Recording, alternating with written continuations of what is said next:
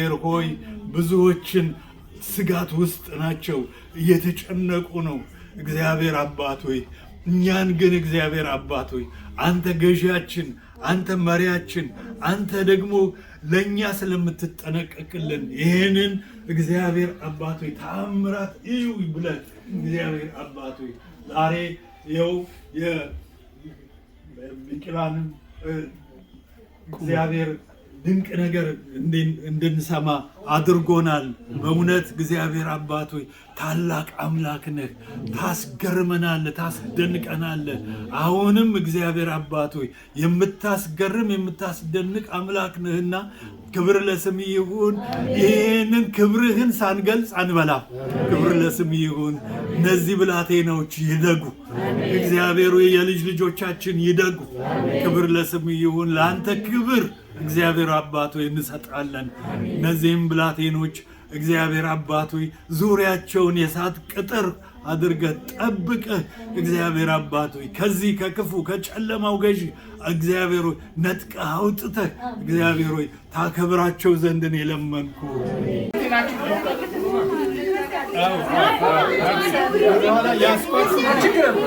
አሁን አዲስ ነገር ስለመጣ ገሬ እንላስቸግር ቪዲዮ አንሳ ሽክራ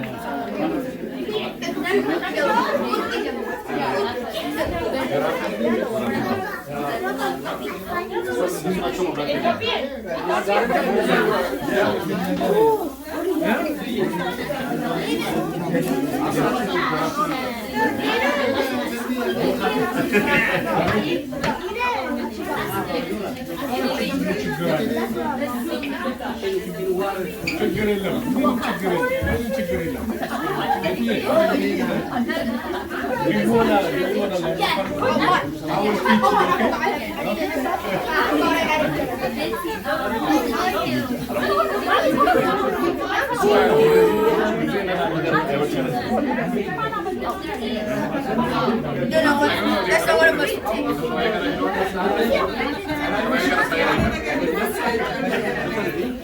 I need to save room for my cake and my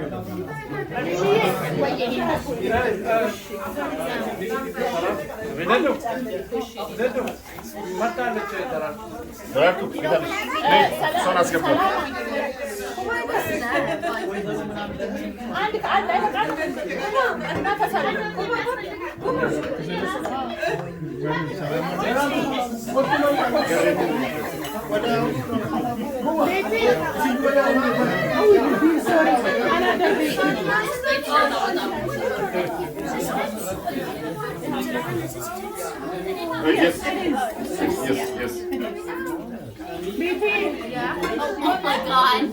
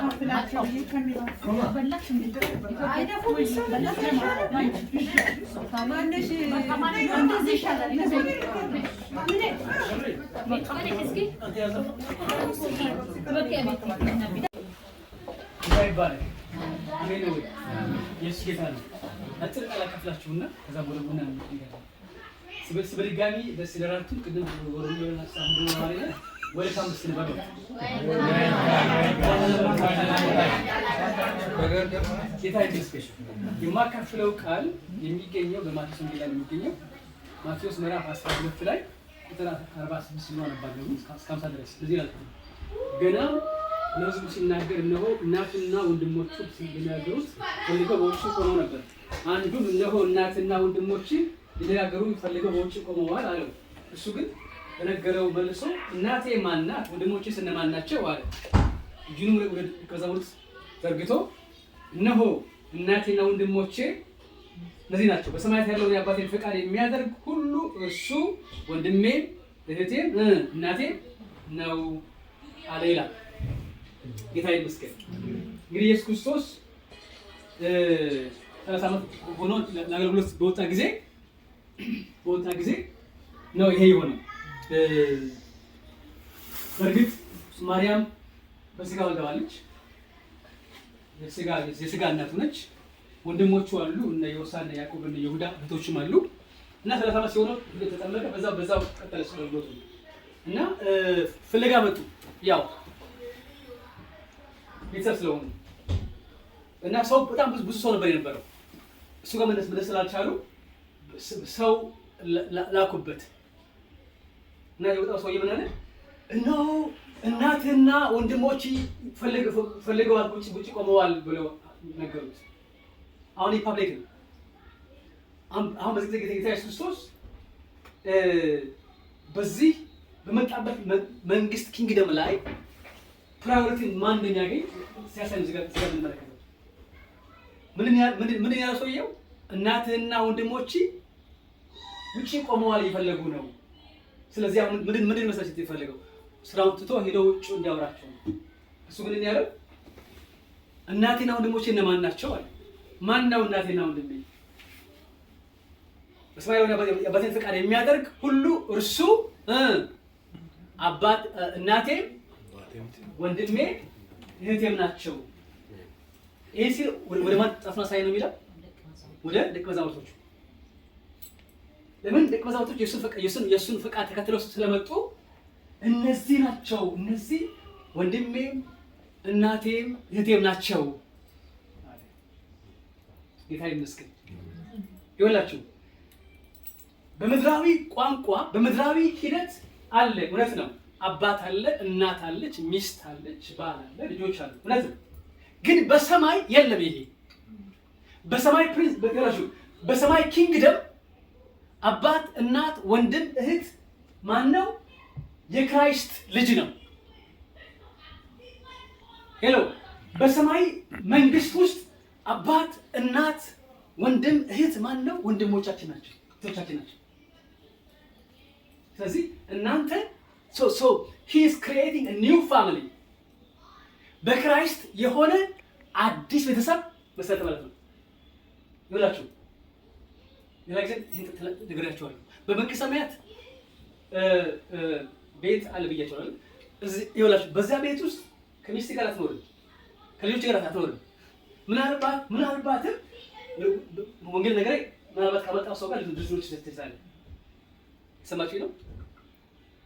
ለምን? it's a new family, new kingdom, new principle. That's why we are one in Christ. አሜን ነው ወይ? አሜን። ይላችሁ ራሱ ያለው ኢየሱስ ነው። እናቴም እህቴም ወንድሞቼም እነዚህ ናቸው አለ። እነዚህ ናቸው። ጴጥሮስን እኮ ነው የሚለው፣ ዮሐንስ ያዕቆብን እኮ ነው የሚለው። እነዚህ ወገኖች ወንድሞቼ ናቸው፣ እህቶቼ ናቸው፣ እናቴ ናቸው። ይኸውላችሁ ወንዳችሁ ያለው ሰው አንዱ ወንድሜ ነው፣ እህት እናቴ ነች። አንዱ ከአንዱ ጋር which means we are one family። ምን ያለሽ ነው?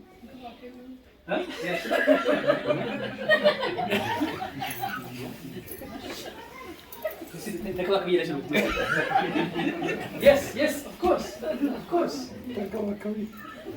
ይኸውላችሁ we are one family። ይኸውላችሁ in Christ we are one family።